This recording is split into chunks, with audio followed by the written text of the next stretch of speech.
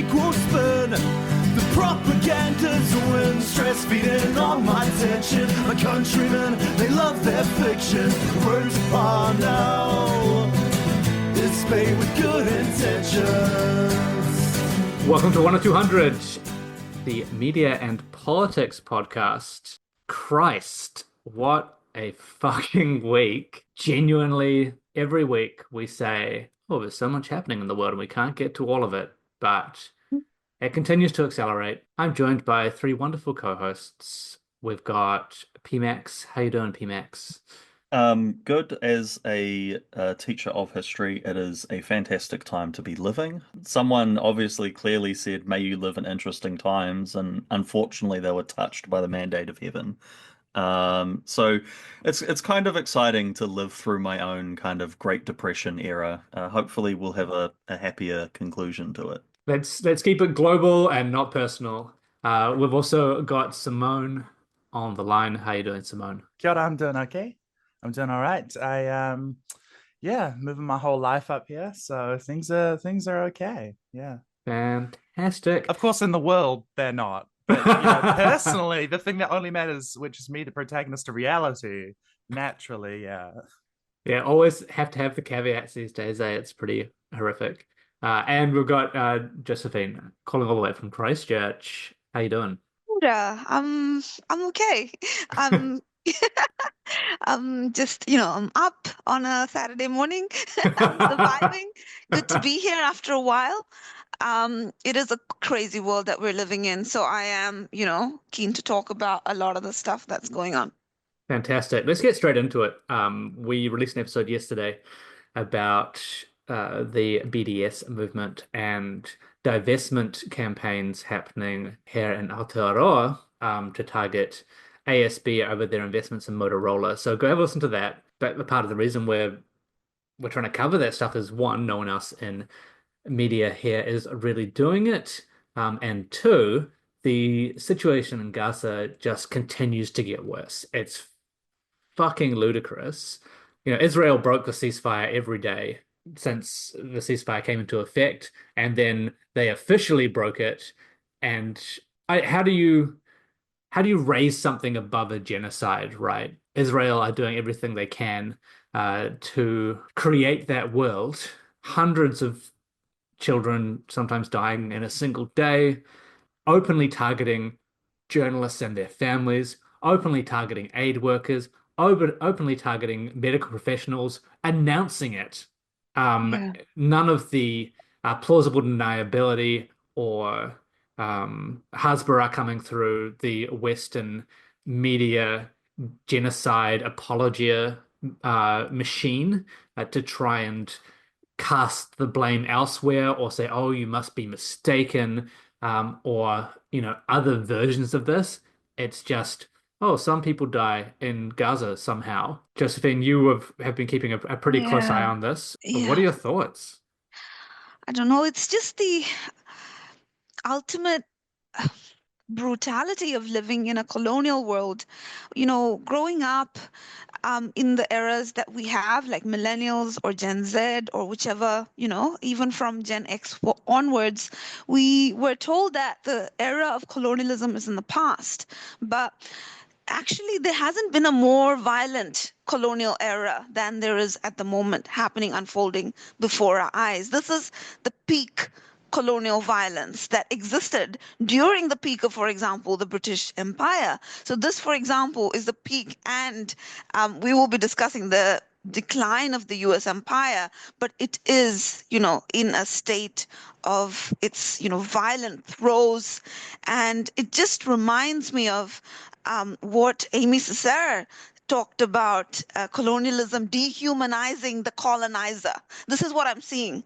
So in dehumanizing the colonial subject so much as we see today, the bombing of hospitals, the abduction of health workers, the targeting of journalists, the dismantling of the education system and the community, the teachers, the professors, the students, we're seeing that ultimately there is a dehumanization of the colonizer happening here. So this is the power of colonial genocide, is that it dehumanizes not only the victims. In fact, they become rehumanized in this process, but who gets ultimately dehumanized is the system committing this violence. And that's what I have nothing else to say about this. Like, what are we seeing? There's 100% destruction, for example, of Rafah.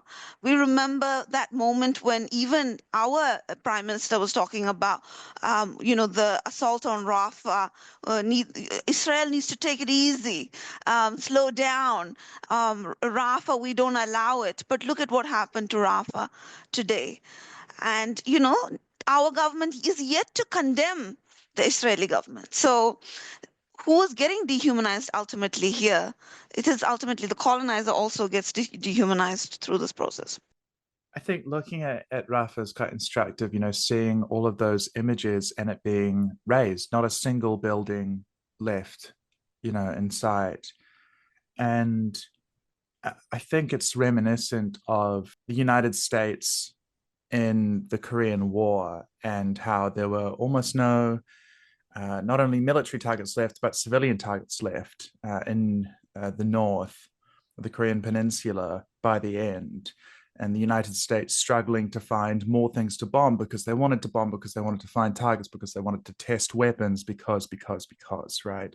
This eradication ideology and the sheer force of that as it comes into contact with human bodies. And there's something so disturbing about seeing a site of a crime so clear that it can be seen from space, and much of the world, i.e. the imperial core, which controls really the structure of the world, being silent about it.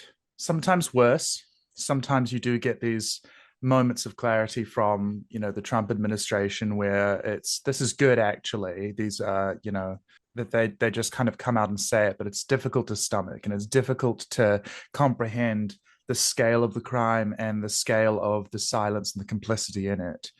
And from the side of New Zealand, I occasionally do see people saying, oh no, New Zealand is somewhat neutral in this. Setting aside that neutrality in the face of genocide is complicity, that's also not true. At the very start of this, New Zealand should have severed all of its diplomatic relations with Israel. It should not be allowed for somebody with an Israeli passport to be here. There should not be an ambassador. All of this should have been done at the very start because it was clear. And looking where we are now, they seem to have somewhat stuck to the guns. Winston Peters, a veteran politician and in some respects diplomat, ought to know better and does know better. And I just want to know if the price is worth it for them at the end of it all. Yeah, the failure of both politicians and the media here has never been more stark, right? You say this stuff should have happened right near the beginning of this escalation. And we've had moment after moment, massacre after massacre since then, where the ambassador could have been called in, right? Like, you need to fucking do something about this, or we are expelling you. We're breaking off ties, like, let alone sanctions, let alone following responsibilities under the Genocide Convention to fucking stop this. And the failure of media, particularly outlets like Radio New Zealand, who are meant to help inform the public, a public, by the way, which is strongly on the side of Palestinians, despite the failure of basically every mainstream outlet here, not basically, every mainstream outlet here, the failure of them to effectively cover what is happening. Yeah. And can you imagine if it was being effectively covered, the fucking outcry? Like, there's this continued claim that, oh, we can't have people on the ground, it's too dangerous, or like we can't have people on the ground, Israel won't let us be there, so we can't really report on it effectively because that would be like against journalism or something. You have fucking satellite pictures, mate. Like, it's not only that, the implication is that Palestinian journalists aren't people. Yeah. And it's also like, even today, look at the MFAT page on the Israel's genocide. It says Israel-Hamas conflict. The first sentence, actually the second sentence over here is, New Zealand unequivocally condemns the terrorist attacks by Hamas. There has been how many thousand deaths of children? We're sitting at over 20,000 children dead, hundreds of aid workers killed. Where is the condemnation of Israel here? It's a subtle legitimization of the Israeli position, what we see in New Zealand government's response. It still continues to be so. And from a policy perspective, the responses have all been taking the position of subtle legitimization of the Israeli position and delegitimization and distrust for the Palestinian position. This is what we see. Like you said, RNZ, even today, like RNZ, BBC, all these massive Western outlets calling it in the most favorable ways for Israel. How can you soften the blow for Israel? That's how they do it. Hamas sponsored health ministry. They still use this terminology. They don't say that Netanyahu, in fact, funded Hamas so that they would split the resistance. So when one side of the resistance movement, starts progressing, they will split it so that they don't move towards the statehood of Palestine. So none of this is discussed in the media. And if Hamas is considered this, singular evil, then why is it that the Israeli state tried to fund it when the other resistance movements were gaining power? Why is this not discussed? So, yeah, it's the biggest scourge of our time. It is, ultimately a cross that humanity is bearing as a whole because of the lack of basically humanity of our leadership. And we have to bear the scourge. We have to be on the streets calling this out, doing whatever we can to stop this in whatever avenues that we can. So BDS is one, or through your unions. I commend the activists who are standing up against this, including Peace Action or Tutahi, who are often targeted by the state now, targeted by Winston Peters, young activists, for example, who stand up against genocide. Fundamentally, the first action that they got really punished for is giving attention to this weapons manufacturing company, which has set up base in Christchurch called Naya, and the Peace Action or Tutahi protesters who were targeted by the police, and before that Winston Peters, they were protesting this weapons company who has some contracts linked to the genocide. So people who are standing up against this in whatever way, I commend them. It's been over a year now. It takes down our energy, our courage, and all that. But those who continue to go forward, I commend them. This is one of the other things that's happening, right? We've got governments like those of New Zealand who are saying, oh, like, yeah, it's bad. Oh, there's not really much we can do though because we're so little. We'll vote against it in the UN or whatever, and then follow suit, like in the US and the UK, with targeting activists in ways we've probably seen before, but which feel like an escalation of their own at the moment. So doing nighttime visits to peace activists and carting them off before then releasing them without charge. Doing stuff like accessing CCTV in some pretty shady ways to try and target activists specifically. This is a fucking police force which is currently bitching about not having enough resources. Why are you spending your resources like going after activist kids, right? Like, it's really worrying. And especially, this first instance that you referred to, Josephine, around Peace Action or Tutahi is reminiscent of what we've seen in the UK. In fact, it happened within a week of a police raid in the UK on the Quakers for hosting a peace meeting. I think something which had never happened before. The Quakers have tended to be left alone. But doing activism around Palestine in particular has become this real kind of leading edge of state power support of genocide, because essentially that's what this is. Yeah, the 17th century is back, baby. We're repressing Quakers. They're gonna have to move to America again. I think, before turning to the secret third thing, which you mentioned, which is the activists here, just touching on 2 points. I mean, the first is that, something that Josephine sort of mentioned is INFAD's website saying, oh, we condemn these Hamas attacks. Like, New Zealand is a signatory to the United Nations Charter. It was a founding member of the United Nations. We hew to and abide by UN General Assembly resolutions. And all of these things legitimize resistance to occupation. Like, resistance to colonial occupation is enshrined in international law. So, not to get too legalistic about it, but New Zealand is contravening its own supposed principles. And in fact, other than, what is, the sort of ministerial responsibility and how all of that works with the administrative law, we are really, once the legitimacy of an international instrument is ratified through our legislation, because we have this kind of dualist system where, like, the king doesn't just say, this is whatever it is, or the government of the day doesn't just say whatever this is, has to be done through parliament. Once that's done, this is the law of this country, and it is not quite unlawful, but certainly highly unorthodox. And it really shows what a farce this is, that MFAT would contravene what is the standard position in international law, to which New Zealand is both a signatory to these instruments and also has continuously supported the legitimacy of the United Nations and also the ICJ, the International Court of Justice, in mediating these sorts of conflicts, right?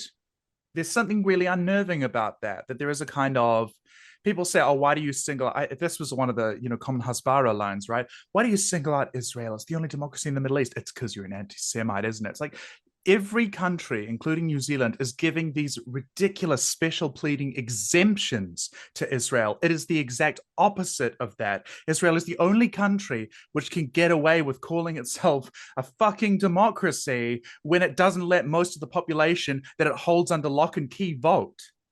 This is absurd. This would be like if women couldn't vote in the United States and we said, oh, but it's such a proud democracy. You would say, no, this is not a democracy. Give us 6 months, eh? Give us 6 months. Yeah, they're trying that, right? The second point is that clandestine operations have been undertaken by Israel within New Zealand for years. So I said, after the response following October the 7th and the kind of acute part of this genocide was really ramped up by Israel, that New Zealand should have, firstly, called the ambassador in, and secondly, just expelled them. Several ties have gone on board with sanctions. This is such a clear and obvious international position, right?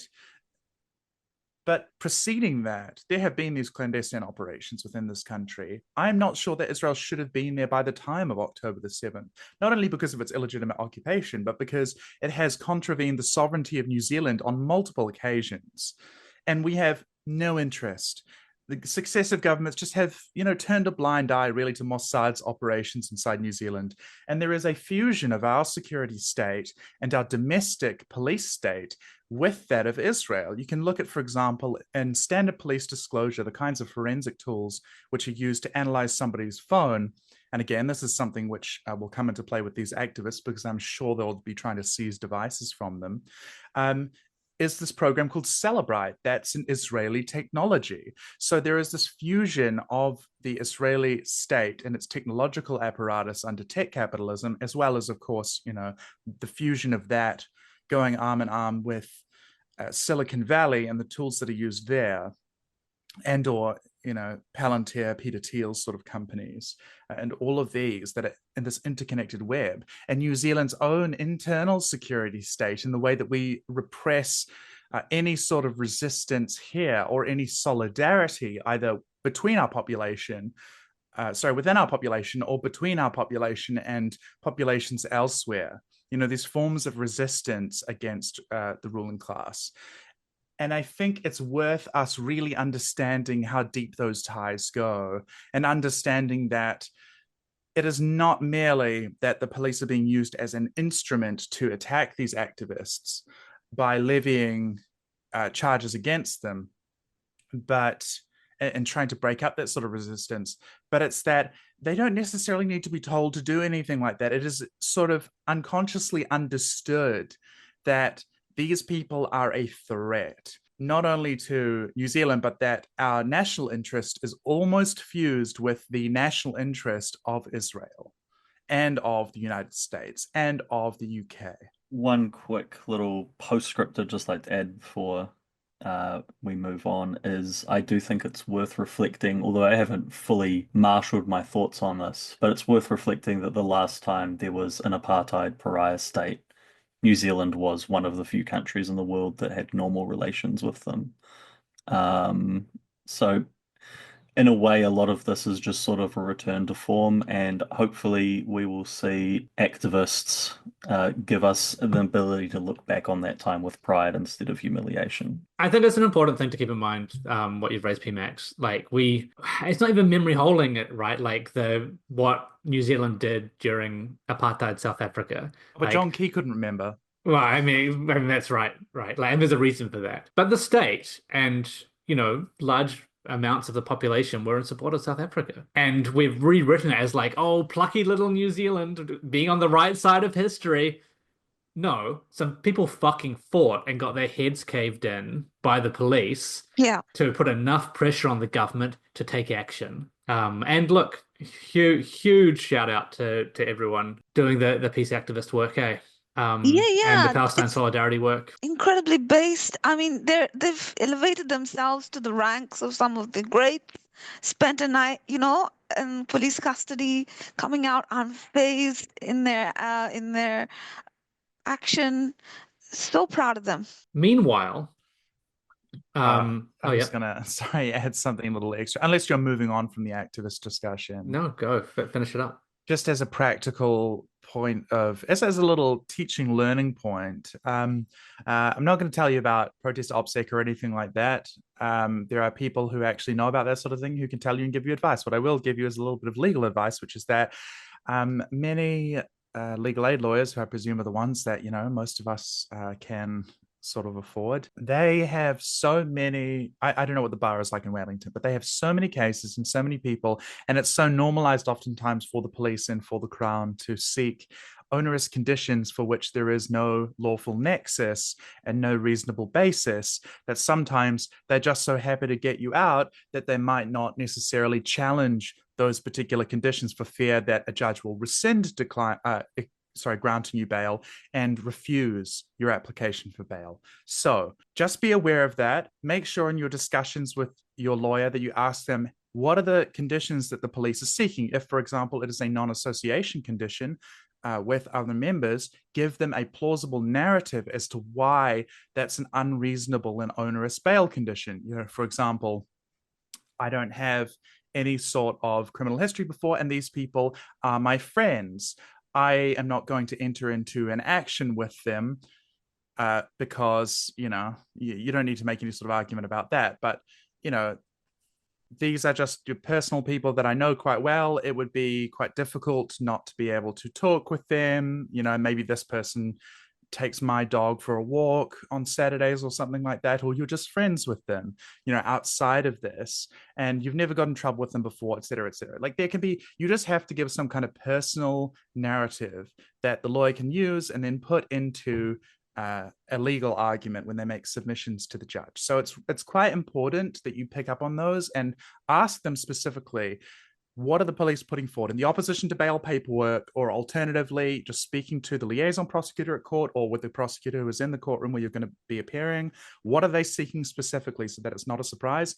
You can give your lawyer instructions and you can give them this personal narrative that they can use. If the judge refuses that and is being quite ornery about it and they nevertheless grant it, I have myself taken cases to the High Court on appeal where they're just a small little ditzy condition where for most lawyers this wouldn't matter and it would be too much time, but you must insist that they do take this to the High Court and have an actual argument about it. And most of the time that sort of thing will be removed because there's no nexus for it, because it's an unreasonable condition, because it's too onerous, because of, you know, X, Y, and Z. There are so many different sort of legal bases for this. But a district court list judge is just going to like hoe through this stuff at a wildly fast rate, and they won't necessarily have time for a good grounding basis for their decision. And they may not even have, you know, when you get the judge notes, any sort of like expression of the reasoning behind their exercise and discretion in doing this. So all of these are good things in your favor. You want to make sure that that happens. Why? Because especially if you are on a curfew, for example, if you took nighttime action, they're going to say, okay, let's say 7 till 7 curfew. What that means is, and rather annoyingly, most people don't know this, during the day you're free. During the night, the police will knock on your door at 2 a.m. and then you'll be awake, and then you'll be really tired at work the next day, and they'll keep harassing you because they hate you, and they have nothing better to do except for harass you. But they will do this, right?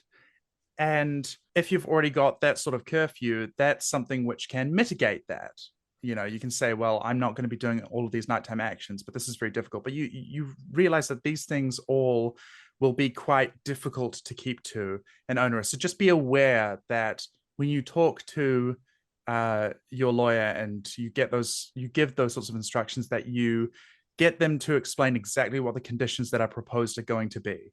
Just as a piece of, this is how you may continue to have an ordinary life, this is how you will not continue to do it. Because how they get you is they put a ridiculous bail condition that will set you up to fail. Then you have bail breaches in your record. Bail breaches in your record, the next judge is less likely to set you free. You will be in custody. You will end up pleading out, because by the time you get to a judge alone trial, let alone a jury trial, it will be a year from now. It'll be 18 months from now. You are going to plead out. You will have served well past time served, even if you would normally be found innocent. Guess what? You've got a conviction on your record. So this is the way that they get you. You need to be really careful about every single step of the way. Make sure that your lawyer informs you.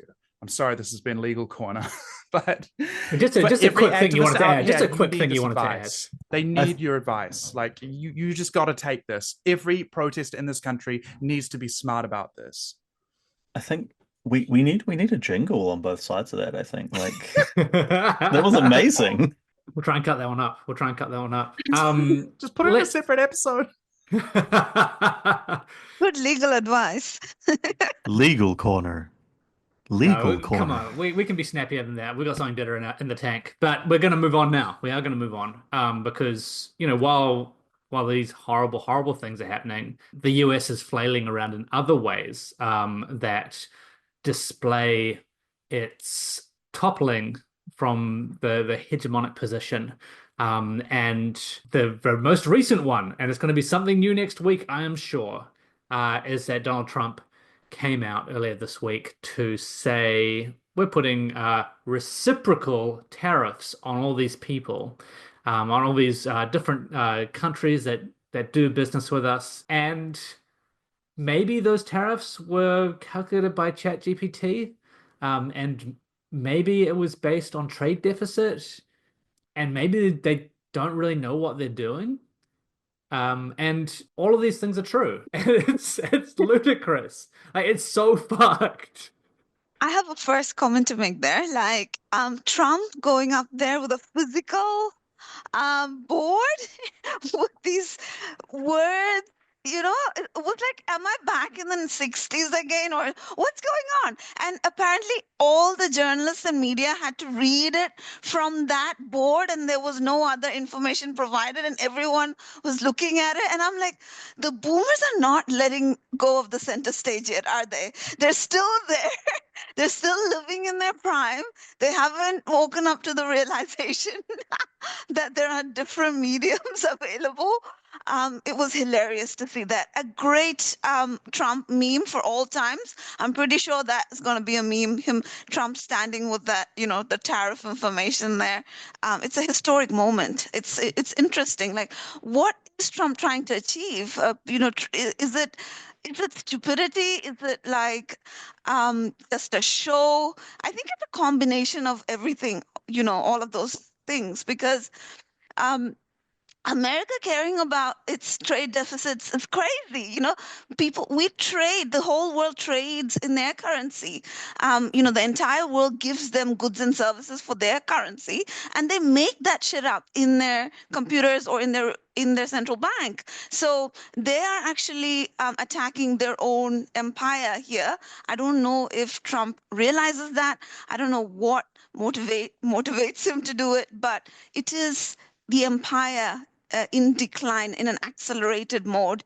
This is the fall of the U.S. empire. If the U.S. dollar devalues, this will be one of the key blows to the U.S. empire. U.S. empire is based on, the primacy of the U.S. dollar in global trade, but also it's based on its, international military industrial complex, which, by the way, is funded by the U.S. dollar. The bill for that global military industrial complex and the bases, over 1,000 bases across the world. They give trillions of dollars literally every year to maintain this. And a hit on the US dollar would have impacts on the US empire. So I was watching this when this was happening yesterday. It was so funny. I fell asleep watching the the live coverage last night, on the various US channels. I was flicking across to different channels to see what's going on. The funny thing was watching Breaking Points. I don't know if you watched that, but it's Crystal and Sagar. Both of them, they kind of appear, or they show themselves as kind of anti-establishment, critical thinkers, but both Crystal and Saga were just mourning the fall of the empire. They were like, we have to save the U.S. empire. I was, ultimately it's the liberals who come to fight for empire. That's what I was seeing on TV. The liberals coming to fight for the remains of the empire, to save it. Obviously they might have 3 or 4 homes. The devaluation of the dollar and the fall of the U.S. economy would mean badly for people who have a lot of assets. But it was just hilarious watching people who are supposed critical thinkers. Of course, you can talk about the impacts of this on U.S. economy, U.S. working class and that, but also take a critical perspective on what this would mean for a new world order, what it would mean for the global south, for example, who after their colonization are paying huge debts and interests back to the colonizers, usually in the US dollar. What does this mean for the rest of the world? It would be refreshing to see a little bit of analysis from that perspective. But obviously we don't see that. We're seeing people from the Bush administration, people from the Obama administration, the two sides of the same coin, kind of coming and saying, we need to protect USA's primacy. We need to protect US dollar. They all expect Trump to withdraw this policy shortly, understanding the folly. So we will see what happens. But I think, people like Javier Milei from Argentina, for example, all the theatrics that he's done, I think they kind of take energy and inspiration from each other in doing these sorts of actions, which are out of the pale from the perspective of the establishment. So what is Trump's objective behind this? I'm not really sure. I can speculate, but it's really fascinating to watch the decline of the empire happening before our eyes. I think it's specifically, you said this is going to impact US bases across the world and the military industrial complex. Trump really is the peace candidate. Yeah, I need like a feminist gold freak to get into the White House and be like, we're putting it back on the gold standard, boys, or like we're doing bimetallism. Like I need the late 19th century, Willing Jennings Bryan sort of policies to be back. We've got to return to the presidents of the 1890s. That's what I think we need. Here's like a little pro tip. Never stand next to a board where something else can be photo edited onto it as like a famous person or a politician. Just don't do that, because people will abuse that. The thing that's fascinating to me, and Josephine kind of touched on this, is This is a global system that the United States has built to enrich itself to build its own power. And it's just so fascinating to see it willfully destroyed for no discernible benefit. I could understand it if there had been a period of reindustrialization before the tariffs were Hmm. implemented, Hmm. but there's almost seem like rhetorically there seems to be this attempt to put the cart before the horse and be like, well, we're going to do tariffs and then that's going to cause the reindustrialization. As if it can just be done, as if it's like Factorio, right? Like, I just Yeah, slap down a couple more fucking we factories. got to get some more conveyor belts down. It's actually absurd to see, and I don't think, usually empires or, powerful global actors, they failed due to overreach, right? Like they're like, okay, we're doing all this stuff, and now we're gonna try and fight everyone at once. We're gonna spread too far, and the administrative load is gonna become too great, and the empire will collapse under that. But the US is really doing the kind of fucking move fast and break things on itself. And you mentioned Javier Milei in Argentina, same thing. And I just want to draw the New Zealand comparison here. If I mention Milei on X, formerly known as Twitter, the number one type of reply guy that pops up in my feed are Act Party sock puppets. Like this is it is globally coordinated. It is a set of ideologies and ideas about recasting the world in some kind of almost manifest destiny sense by taking incredibly destructive actions that will just birth the new hegemony, right? Like Yeah. it's so bizarre to watch the level of true believerness that these people have around the way these lunatics operate. Like that, it's and we've talked about this previously on the podcast as well, and we've got a range of different commentators that have worked with us, and you'll see it from us on Twitter and Blue Sky and the like. But there's this dual purpose here of intent, I think, and I don't know like how they envisage this happening, but you got this idea of the network state, right? Which is right in that kind of billionaire tech bro um kind of space, which is autonomous states outside the nation state model, I guess, um, where you're able to just go and kind of set one of these up and bring people who believe in your vision and operate within the global, whatever you want to call it, politic. And there's been a lot of discussion around that and a lot of attempts at this by people like Peter Thiel. And ostensibly, this is what we're going to be trying to do with Greenland. This is why they're trying to fucking take over Greenland as well, it sounds like. But alongside that, you have this big push for a new clash of civilizations coming out of I hesitate to use the word thinkers, but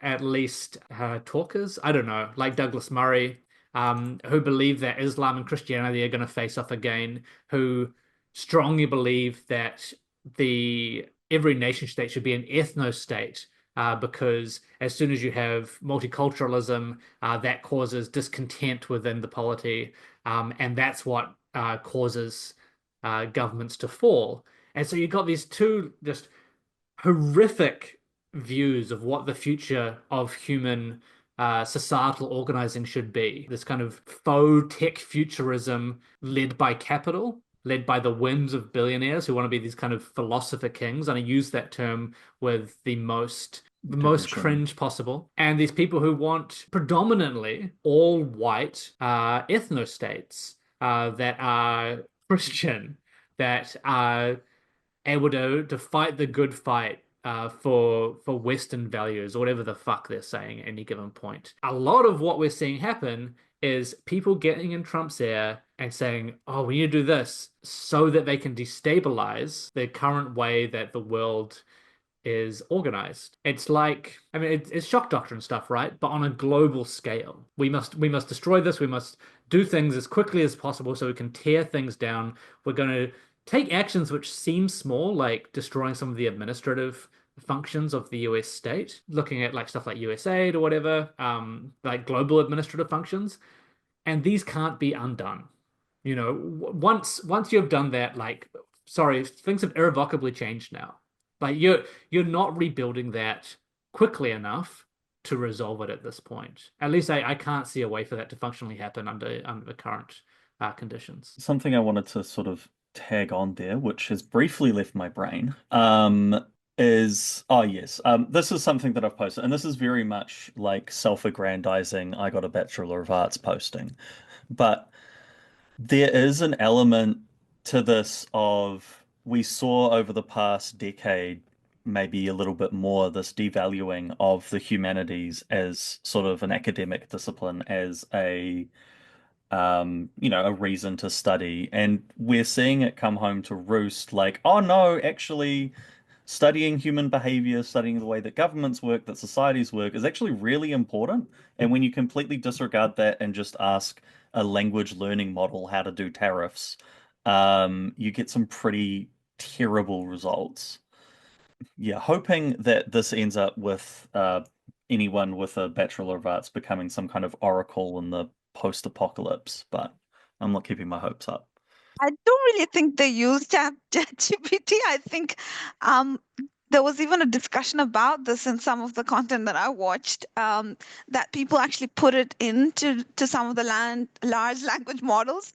What is a good tariff policy? And this wasn't it. So, if some people were like, okay, it would have been better if it was AI instead of the Trump administration ruling us, kind of advocating for AI overlords. But I really can't make sense of what's going on in relation to Trump, because it's going to hurt his class in the United States ultimately. But there might be some other, like Kyle mentioned, it could be a shock doctrine. A recession would, under neoliberalism, always means funneling of public money into the hands of the corporates, which is, in general, the function of the government under neoliberal capitalism is the government is a mechanism of taking money from the people and funneling it into the hands of the owner class or the wealthy, right? We can see this across various fields. For example, New Zealand's housing accommodation supplement, for example, instead of building social housing, we're simply giving accommodation supplement, which means that we're taking taxpayer money and giving it to the landlords. So already neoliberalism is doing that, but under crisis, we've seen that neoliberalism responds by giving more and more, funneling millions, billions. In the case of the United States, like after COVID, it was like $2 trillion kind of COVID funding, which majority of which went into the hands of the ruling class. So maybe that's a little bit of that's going to be there, but ultimately this is a blow on the empire. Whether this was a calculated one or whether this was Trump kind of trying to consolidate his power, his position in history as a change-making president, for example, and also taking those cues from Javier Milei, and also like Modi in India when he first came into power. He uses these words like surgical attack or surgical policies, and I'm seeing that Trump using the same kind of language. He says this is like a patient being operated. U.S. economy is currently really sick, and it's like a patient, and it's being operated on with this massive procedure, and there will be a little bit of suffering, but we're getting back onto it. And this happened in India in the first term of Modi, when he demonetized a large amount of India's currency. Some of the notes which were in circulation were just made invalid overnight, and this had huge impact on India's economy. But eventually he's winning a second and third term. Modi did, and so he's probably Trump's probably looking at these examples from across the world, and this globalized neoliberal economy, although it has benefited the ruling class so much, we have a situation where the top 1% owns, so much of the wealth. 1% of the population own 44% of the entire global wealth. So it really benefited them. But when it comes to the vast majority of people in the United States, in the West, they haven't benefited from this. And they are really, angry, and there's unrest. And this is why the establishment keeps failing, right? In the United States, Kamala Harris fails. So Trump probably knows that his mandate is therefore not continuing what was going on, but to mix things up. So it's really not clear what is behind this, but most of the analysts, like, the big economists, which I was watching on CNBC, some of the, big opinion makers, all saying and predicting that this action, which actually disempowers the US empire, will not go forward. They are predicting that Trump will either withdraw these within, the next week or coming weeks, or they're all kind of encouraging the other mechanisms like that check the executive power, whether it is, the Congress, the Senate, but also the courts, to stand up against this and check Trump's power. So it will be fascinating to watch what's going on, how this is going to result in. But ultimately, there is a consensus among the Western working class who were hit the most by neoliberalism, by deindustrialization, and that this, the global free trade stuff, the WTO, neoliberalism, the cutting of services, but also the taking out of all the industries from the West has not benefited the vast majority of people in the West. And this is that consensus breaking is what is resulting in these sorts of policies by Trump and others. But we'll see what the impacts are, whether Trump is going to withdraw this, because the backlash is so huge. We'll have to wait and see. I think one of the most cynical ways to read this, and I think if Trump does back down on this and does reverse it, it probably at least gives some evidence for this, is that they're just crashing the economy from the top so that all their rich mates can buy the dip, right? Like let's crash the stock market, let's bowl over a whole bunch of smaller businesses, let's crash the share price of a bunch of big industries, and then all my billionaire mates are gonna buy it when it's at rock bottom. And as you say, this is pure neoliberalism. This is how it operates. It's like, okay, we've run out of ways to funnel wealth to the top 1%. Here's another novel way to do it. We're going to kill people en masse just by putting some charts up on international television. So, like you said, we'll see what happens. The other thing is like, it's a really tried and true on-ramp into fascism to confect a crisis, make everyone's lives worse, and then blame it on the enemy, right? And, it could just be a mix of all 17 of these different things. I just want to clarify here. I actually think this is great. I mean, I'm really enjoying the fact that we're seeing the decline of the U.S. empire in real time. This is more incentive, for example, for countries in the global south, which is whose perspective that I'm usually analyzing, these sorts of policies from. These countries can look at alternative places. We don't have to align with the West. Let's have South-South cooperation, right? And this is also an indication for New Zealand to, decouple with this flailing empire, for example. So I'm looking at the bright side of it. I don't care about the U.S. empire's decline. I do care about the working class people over there, but the death of U.S. imperialism is in the interest of working class people everywhere, including in the United States. Well, let's quickly bring this back home on that point, because one of the funniest responses here was Winston Peters, the Minister of Foreign Affairs, who just visited the US a couple of weeks ago. He posted saying, "We went to Washington, D.C. to get the best possible result for New Zealand in the circumstances by making strong, genuine, in-person connections with the US administration." As if anything he did had any impact here. Like, as if his visit there meant that we had a lower tariff applied. No, mate, we know they just put it into ChatGPT. You fucking idiot. It's so wild to see New Zealand politicians try and like boost themselves off the back of like what is clearly bad for the Western world. They're like, oh, we didn't get hit with like 47% or whatever. Like, why would we? Like, yeah, it's absurd.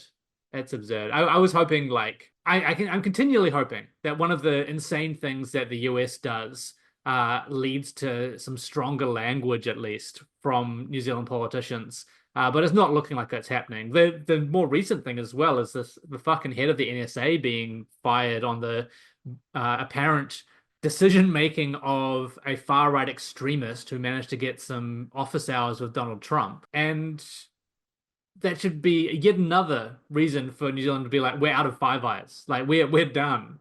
But yeah, we're not quite seeing that just yet. What is next on the agenda? What else have we got for everyone today? Man, this is the kind of thing that, okay, first up, treaty submissions. That's fucking funny. Yeah, that's hilarious. So you got a process. You ultimately get defeated through that process, and then you just don't accept your failure and try to undermine the democratic process because it hasn't gone in your favor. That's basically what I'm seeing from David Seymour at the moment. It complete failure to understand reality at this point. And it's confected, right? But the claim that 90% of submissions were against his treaty principles bill. And in the last week, he's tried to do stuff like say, oh, we shouldn't put all of these on the record. Most, like by far, the most submissions ever made on a bill, by the way, over 300,000. We shouldn't put these on the record. It's going to take too much administrative time. They're trying to bring they have brought the timeline forward at the same time as saying we don't have enough time for this, which is just obscene. And then when it came out that 90% of the submissions were against what he was proposing, he said, that's just proof that we should make this law. And you're just like, what the fuck are you on about, mate? Like that, what a ludicrous thing to say. I think there was a gamble, and I think I mean, yeah, this is like a 70% belief. I only 70% believe this.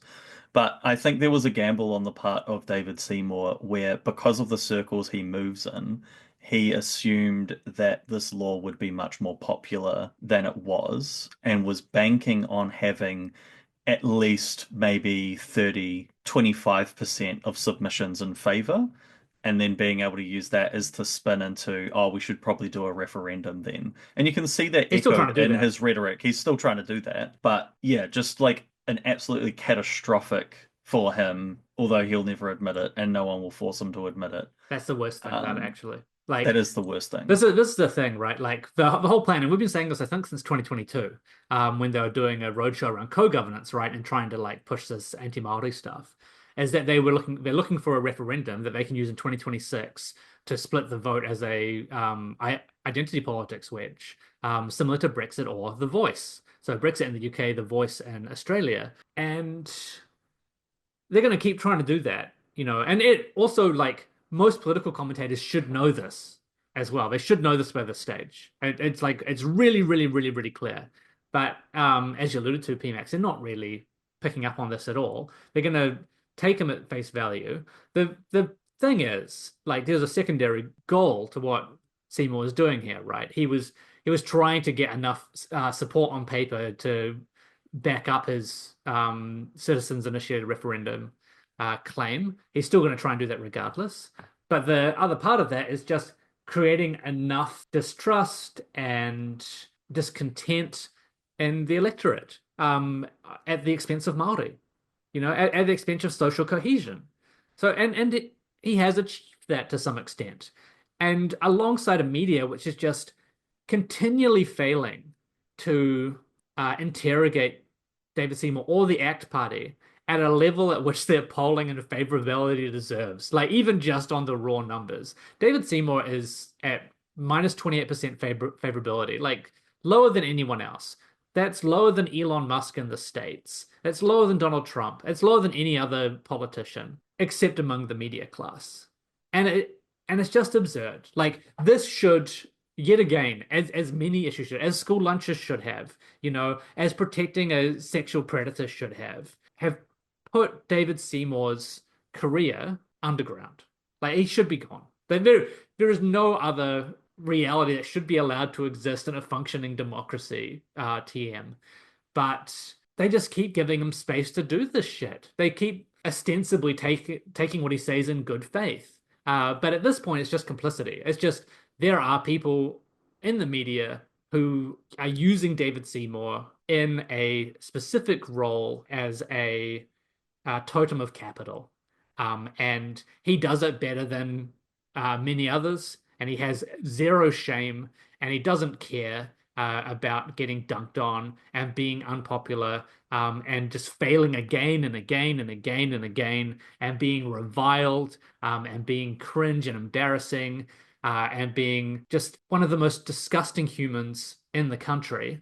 And therefore, he is the perfect tool for media and the capital class to hold in this space, and use as their opinion Overton window kind of pusher. And so he just gets away with it. And the media goes, oh, he's actually a pretty smart guy and he's pretty friendly. So, and he just churns out so much PR. He's so good at it. So we just have to publish everything he says and suck him off. Yeah, the whole Seymour, like, Yeah. actually, we need to just have a conversation about this. Why is the left so afraid of having a conversation? I think he's really shown that he doesn't care about it, and we've just discussed this. But really, I think what's worth noting is that it is concerning that he hasn't been called out, and also it's worth noting the function of his repetition of phrases with no bearing in reality, and really what that sort of sloganeering means. I think about, I've just pulled up a passage from Adorno's Freudian Theory and the Passion of Fascist Propaganda, and Just one you had on hand. I did a media degree, Kyle. And I'm just sort of thinking about, like, I mean, of course, everybody in the Frankfurt School like really encountered this firsthand the first time. First is tragedy, and now is farce, I suppose. But I'm talking about that when we discuss the psychological basis of fascist propaganda, and I think this is how we need to identify ACT and what David Seymour says really as, they're not libertarian, this is fascist propaganda. He says, as we know, fascist agitation has now come to be a profession, as it were, a livelihood. That sounds familiar. It had plenty of time to test the effectiveness of its various appeals, and through what might be called natural selection, only the most catchy ones have survived. And we kind of see and understand the sloganeering and the repetition of it. He comes up with this idea of freezing and draws a line between advertising slogans for the promotion of business and the way that fascist propaganda works in the face of changing reality, and the acceptance of that by liberal institutions, and how that legitimizes the advancement of fascist aims. And then a little later in the same passage, he says, in Nazi Germany, everybody used to make fun of certain propagandistic phrases such as blood and soil, Blut und Boden. Jokingly, we called it Blubol, or the concept of the Nordic race from which the parodistic verb aufnorden, to northernize, was derived. Nevertheless, these appeals do not seem to have lost their attractiveness. Rather, their very phoniness may have been relished cynically and sadistically as an index for the fact that power alone decided one's fate in the Third Reich. That is, power unhampered by rational objectivity. The fact that Seymour can say things like, we just need to have a conversation, in spite of all rational objectivity showing that to be nonsensical, and the ostensibly liberal media falling in line with that and allowing him to get away with it, is part and parcel of the advancement of his fascist propaganda. And that is something that we need to be sharply cognizant of. There's no joke at the end of that, Kyle. That's just that's just the media degree talking. I just want to say, like, this is what's unfolding is it's a good tutorial for, the non-Gen Z people here. If you want to know the meaning of the term cope, right now, what David Seymour is doing is the ultimate example of cope. Like, dude, 90%, you have been defeated in this process. Instead of accepting that defeat, he's just like cope maxing. There's another term for you, boomers. boomers, Gen Xers, and fellow millennials, we can learn some Gen Z terminology together. Pmaxing. He's not seething. He's chilling actually. No, but that's the thing, is that in a way, what he realizes is if he can get away with not showing that he's defeated and everybody else pretends it, he has shown his kind of power by fiat, and he wins in that way. Yeah, and media have been more than happy to allow that. You know, like that Duncan Grieve piece in the spin-off on David Seymour being the media's biggest critic, but maybe its savior. After like Seymour consistently like verbally admonishes and abuses New Zealand media. Like, oh, I'm glad to see News Hub go, you know, essentially like, oh, but maybe that's what we need. Maybe we just need a little bit of that negging. And it could be the way forward for New Zealand media. You know, like there's a point at which it's not just the media being the media, right? There's a point at which you're like, you're in on this. You are in on this. And that point was actually like 6 years ago, but it's becoming more and more apparent. On that note, let's move to our final topic, which is the smear campaign and hit job on Green Party MP Benjamin Doyle, which is probably the most horrific of these character assassination, dirty politics attacks that I've seen get this much of attention in New Zealand politics. Is that correct? Like within what, 3 days of it kicking off, the MP and their child were both getting death threats, and it has culminated in the media kind of reporting on it at a distance, which is already bad enough, and then publishing an opinion piece by the person who kicked it off. Yeah, I mean, the most disturbing part of this is that I don't want, 80-plus-year-old crypt keeper Winston Peters to know what the word bussy means. Too late. Too late. Too we live late. in a post Winston Peters bussy world. Pandora's box has been opened. Pandora's box. Pandora's pussy. I just want to say, dude, you're the deputy prime minister. You're the minister of foreign affairs. Why is your role is not simply to sit there and attack opposition parties or target activists on social media? Why don't you talk about what you're doing? Why isn't it that, it's been a while since you've been in power. Why don't you do the things that you promised you'd do when you were running? Instead of that, they're like, are you actually in government or are you in opposition? Why is it that you're just continuously in attack mode when you actually have reins of power? We have a poly crisis unfolding in New Zealand. There's, increasing homelessness due to the policy failures of this government. I mean, the previous government's policies were horrible, but the current government's policies are exacerbating the homelessness crisis. Is indication of rise in homelessness in all the major cities in New Zealand. We're seeing, hunger crisis. What did it say? 1 in 5 New Zealanders accessing food banks at some point. Crazy numbers coming out of this government's performance, and they have the reins to power, and this is what they're focusing on. The junior most MP in a smaller opposition party, and what he's doing in his personal account. I just don't. Why is it that we need to focus on this? I'm not, as a person, as a person living in New Zealand, a resident of this country, I'm not interested in the personal account of the opposition MPs. I'm interested in the problems facing New Zealand and what solutions you're offering. And this is Winston Peters deflecting attention away from his own failure as a leader who is at the top of this government.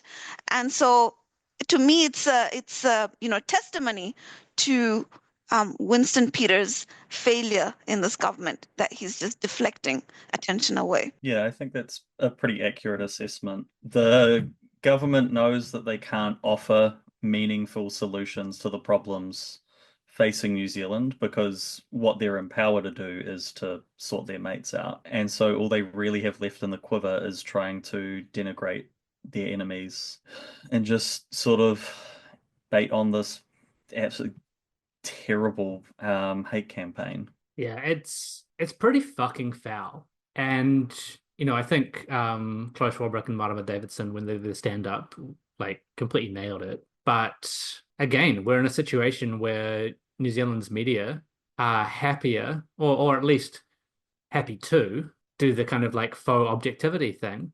Like some people might be concerned about this, despite like the facts being front-footed by Swarbrick and Davidson like pretty early on, despite there being like very obvious death threats with some already passed on to police. It's not great. It's not a great direction to be going when we have local elections coming up and then an election next year, that this kind of outrageous smear campaign can get into the mainstream media because the deputy prime minister chooses to start posting about it, because that like wherever it came from or whatever, like doesn't meaningless, right? Like to an extent, it's that it was forced into the public conversation by the second, well, other than the governor general, the third highest ranked person in the country.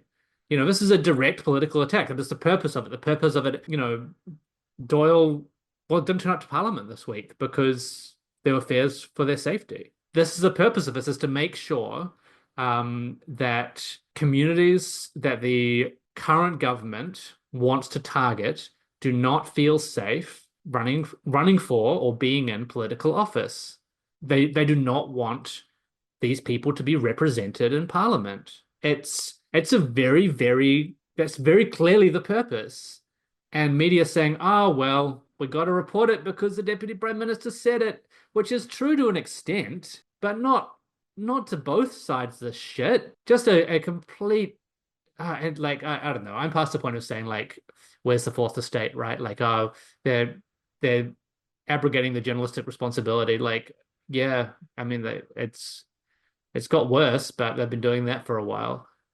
I'm pretty at it, honestly. Yeah, and usually the defense that's run is, oh, well, it's salaciousness. There's a kind of news value in promoting this sort of conflict, but one has to really step back and understand the kinds of conflicts which do get reported on and those which do not, because perhaps this drives clicks. I don't know. There is some kind of news value in terms of, well, not news value, but rather profit value in terms of, this kind of bigoted, anti sort of gender minority, gender diverse, sort of homophobic as well, kind of miasma, mixture of hate, and being able to whip that up or drive people's base kind of disgust or feelings about this, right? And also, the news value of reporting something that the Deputy Prime Minister says, or what somebody who's,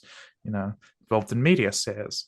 This is all sort of true. One can fudge that kind of argument, but one has to look at that against, for example, think of the amount of traffic that could be driven by the House of Cards tumbling down from ACT if you were to do a deep dive or any dive into both Tim Jargo and also a lot of the other scandals that have happened and start to draw that pattern with ACT. Tell me that it wouldn't be a lot of clicks on a headline that involved that sort of story. And people have pointed this sort of thing out, I think, and something that I want to say, I don't want to put words in somebody's mouth, but I think Tim, who's Dread Conquest on Twitter, kind of pointed out that the purpose of these attacks really is a kind of bigotry attack. Like, it's not just a distraction, it's also part of this fresh angle on what we've seen in recent years, with the Destiny Church attacks on drag storytime, this kind of homophobic attacks or the transphobic attacks with these speakers, the supposed sort of free speech angle of Callie J. Keane or whatever her name is, and these speakers coming over. So you see this kind of pattern, and I think this is just another kind of angle. They're trying to find a chink in the armor. And the media is not so much being taken for a ride as I think there's been a transformation to where it is a willing participant now. Yeah, it's operating the machine. Yes. Yeah, that's a bit of a change, I will say. Yeah, and it feels really clear to anyone who's analyzing, watching the media in the political space, right?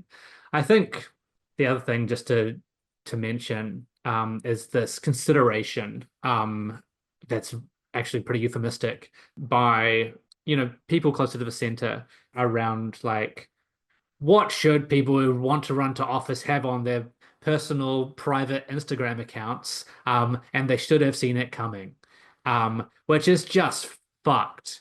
Like that's basically saying we don't want anyone in parliament who has ever lived, who has ever had an experience that is different from middle white New Zealand, is essentially the very like quick endpoint in the series of steps stemming from that statement. Like absolutely impossible. I just want to be clear. Like, and even if there had been nothing, these people on the far right, these are far right extremists, by the way, are gonna gin something up. They're gonna fucking come out with something. They were attacking Tamitha Paul for saying things she didn't say. And you had Hipkins, Luxon, Winston Peters, and David Seymour all calling her insane and stupid and shit. And as soon as she was like put on the record about it, like, oh, well, you said these things, she's like, no, I didn't. What I said was X, Y, Z. And like, oh, wow, it looks like everyone just fucking lied. And one really interesting thing that has come out of this in a media sense is this paywalled article from David Fisher over at the New Zealand Herald. Like, I don't know how this got fucking published, where he actually did the like classic journalistic like objective reporting and objectively reported that what Winston Peters did was equivalent to stochastic terrorism. And I think that's the first time I've seen, this is a term we've used a lot on this podcast, and I use a lot when I'm posting online. It's the first time I think I've seen a mainstream journalist use this term to describe the actions of one of these members of government, of one of these politicians from a right-wing party. And I think that should just be a really clear indication to everyone of the change in tenor and intent and rhetoric of our parties of government. That a mainstream investigative journalist is using or is having an expert and reporting on the use of that term by the expert to describe the actions of the deputy prime minister. Stochastic terrorism. We are in a new age here, and the fact that this article came, I think, 4 days after the fact, which is fine because you want to be doing the investigation on this, right? You want to be getting people on record who are experts to talk about this. Put that behind a paywall. Preceding that were a range of stories that were doing the both sides. Like the admission there and the kind of curtain being pulled aside by the Fisher piece is that every other journalist or reporter or whatever you want to call yourselves who had both sides to the story previously that are both sides with stochastic terrorism, where you said, oh, well, there are these points about the attack on the MP, but maybe you should consider doing some terrorism. Maybe that might be also something we should take into consideration. I just think that, this whole episode and everything that's unfolding before our eyes, whether it's in New Zealand or in the United States, it just shows the kind of whole charade that has become of Western liberal democracy. I mean, it just shows that politics is, you can just be at the helm of government without doing much, just attacking the opposition and creating deflections and, deflecting the attention of the people away and, coming up with these kind of cons to capture the attention of people, whatever. The governance is not happening. The policies are not happening.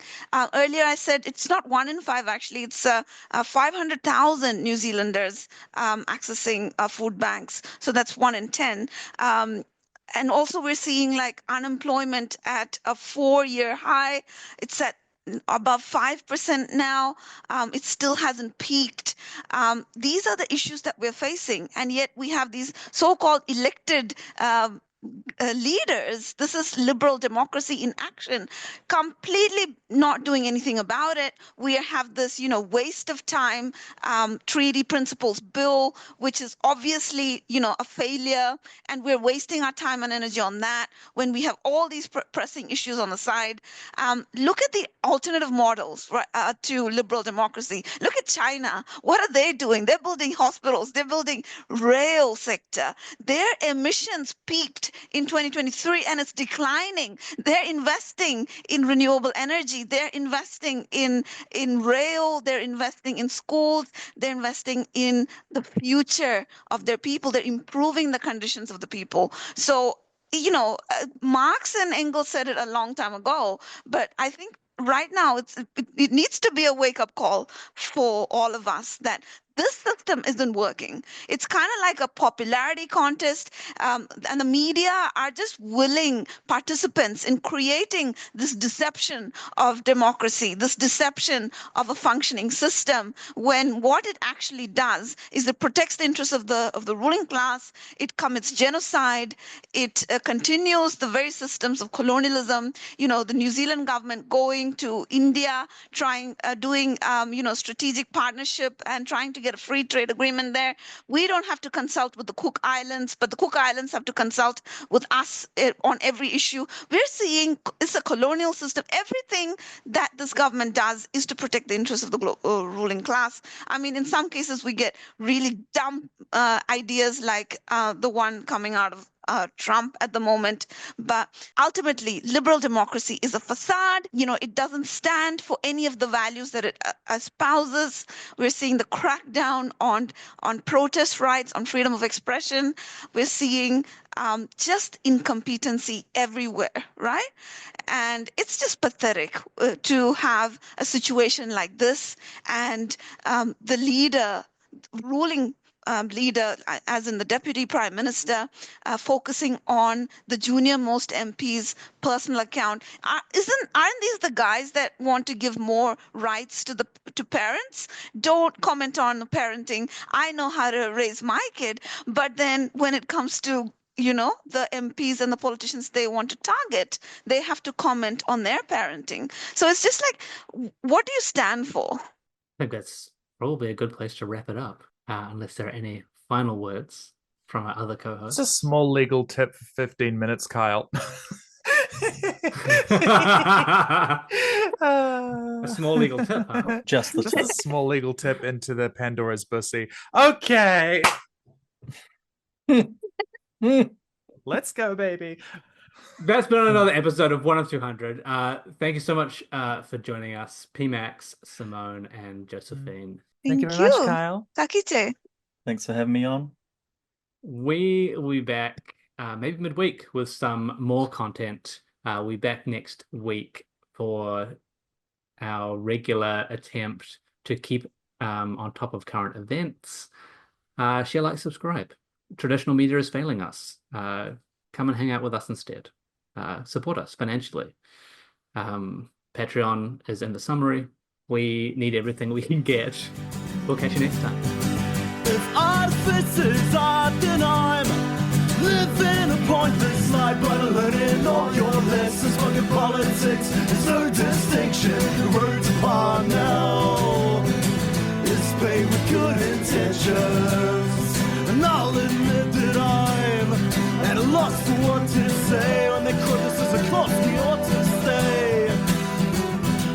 I live amongst the people every day in this vindictive, forgetful fucking rain. It feels like we're on the road to hell.